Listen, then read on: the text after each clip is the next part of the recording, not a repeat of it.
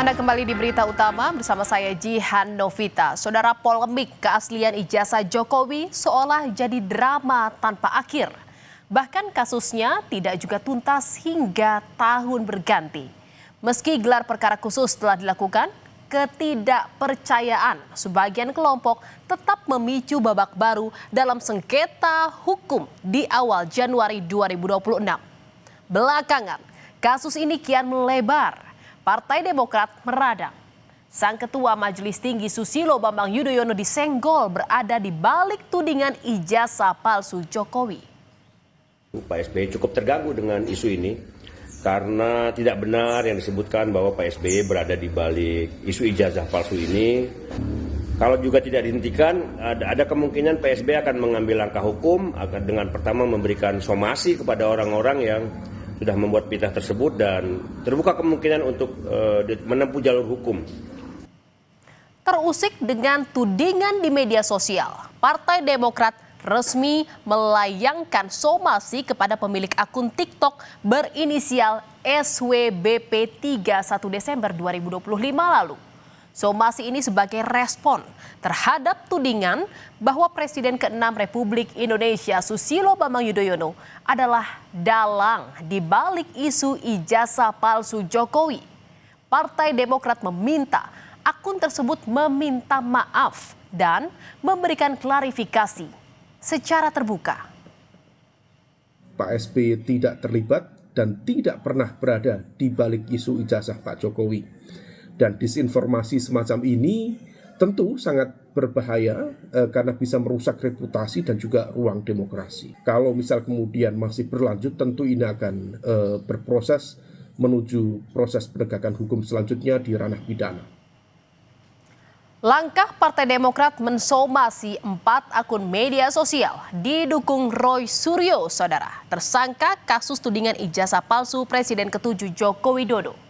Bahkan Roy menyebut akun-akun tersebut seringkali menyebarkan hoaks atau berita bohong.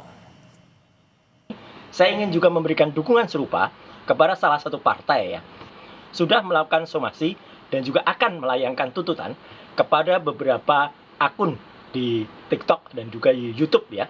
Dan juga di antara mereka ada yang terlibat atau bahkan menjadi ketua dari gerombolan Ceboker Nusantara. Jadi jelas Fufu Fafa ada di balik mereka.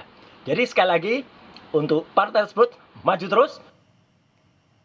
Tudingan yang mengarah ke Partai Demokrat bermula dari pernyataan relawan-relawan Jokowi.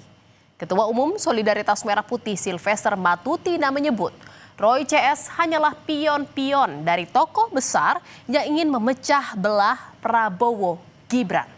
Bahkan saudara, Sekjen Pradi Bersatu Ade Darmawan secara gamblang memberikan petunjuk warna parpol di balik isu ijazah palsu Jokowi.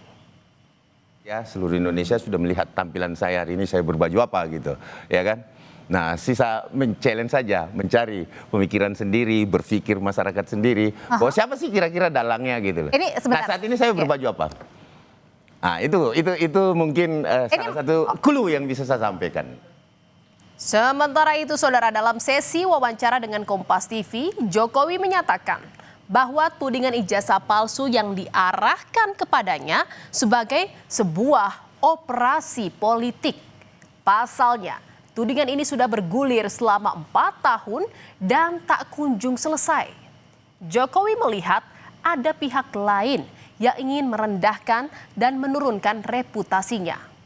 Bahkan Jokowi pun tak membantah ada agenda dan orang besar di balik tudingan ijazah palsu terhadap dirinya.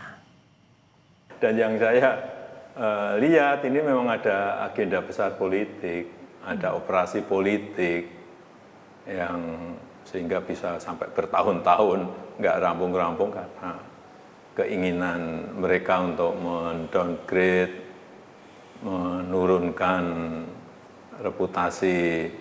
Masih yakin dengan pernyataan Bapak sebelumnya ada agenda besar dan ada orang besar di balik kasus ijazah?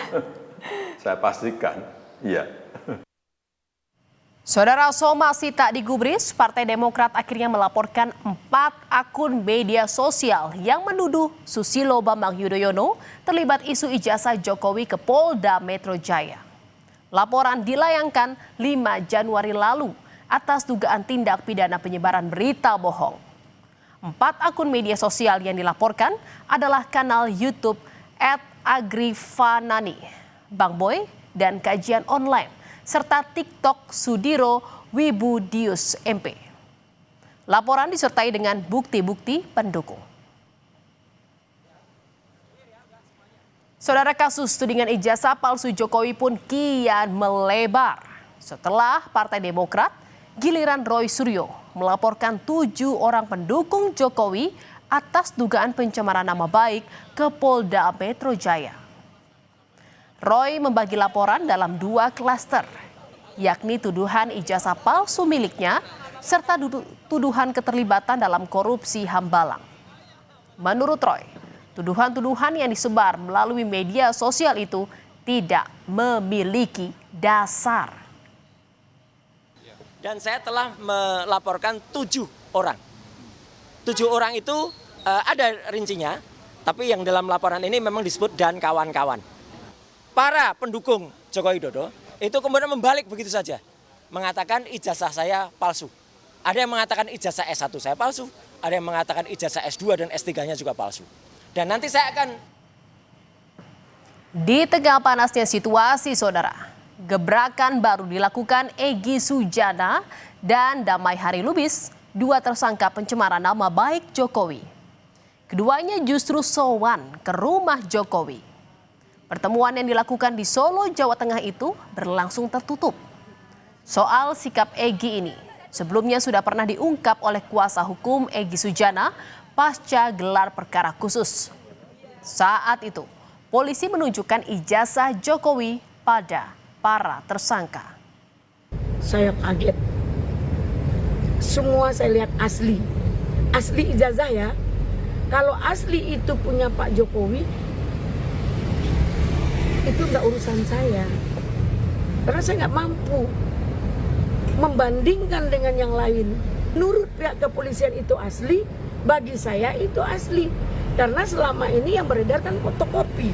Ya namanya ada orang yang mau minta maaf tentu kita terima ya, masa nggak terima. Tapi kalau ada pelanggaran hukum saya pikir itu masalah yang tetap harus diperhatikan. Agar ada kepastian ya, bukan untuk Pak Jokowi saja tapi untuk seluruh orang di Indonesia agar tidak dengan semena-mena bisa dicederai. Dalam dialog program Sapa Malam, Roy Suryo memberikan tanggapan terkait pertemuan Egy Sujana dan Damai Hari Lubis dengan Jokowi. Menurut Roy, Egy tidak bersikap sebagai pejuang. Roy menegaskan sejak awal dirinya dan Egy memang tidak berada dalam satu naungan kuasa hukum yang sama. Roy meminta Egy harus jujur terkait pertemuan dengan Jokowi.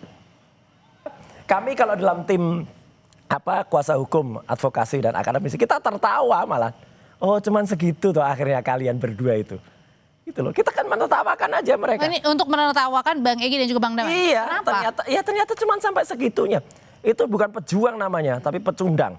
Untuk baiknya, Egy harus menerima telepon dari redaksi. Jadi udah pecah dong nih kongsinya. Kenapa? Kongsinya udah pecah. Dari dulu memang kami nggak pernah saya tidak pernah bersama-sama dengan Egy dalam satu kuasa hukum, nggak ada. Egy harus jujur. Sebutkan juga siapa orang lain yang ada dalam pertemuan itu. Saudara, dengan sikap Roy Suryo CS yang tidak percaya dengan keaslian ijazah Jokowi, maka proses hukum pada akhirnya akan berlanjut ke pengadilan. Sikap Roy Suryo CS rupanya ini sejalan dengan Jokowi. Menurut Jokowi, harus ada pembelajaran bagi masyarakat, khususnya Roy Suryo CS, agar tidak sembarang menuduh. Bahkan Jokowi berjanji akan menunjukkan ijazah asli saat proses peradilan berlangsung. Saya kira untuk pembelajaran kita memang lebih baik dilakukan di penegakan hukum, diputuskan di pengadilan akan lebih baik. Untuk pembelajaran kita semuanya. Itu forum yang paling baik untuk menunjukkan ijazah asli saya. Dari SD, SMP, SMA, universitas semuanya akan saya bawa. Saudara, sejak Roy Suryo CS ditetapkan sebagai tersangka kasus ijazah Jokowi, hingga kini belum juga dilimpahkan ke kejaksaan. Bahkan usai gelar perkara khusus, belum tampak pergerakan dari polisi. Akan dibawa kemana kasus ini? Kasus tudingan ijazah palsu Jokowi sepertinya masih akan terus berputar-putar. Namun, ketika dua kubu bersikukuh akan sebuah kebenaran di mata hukum, sejatinya ketuk palu hakim di pengadilanlah yang jadi penentunya.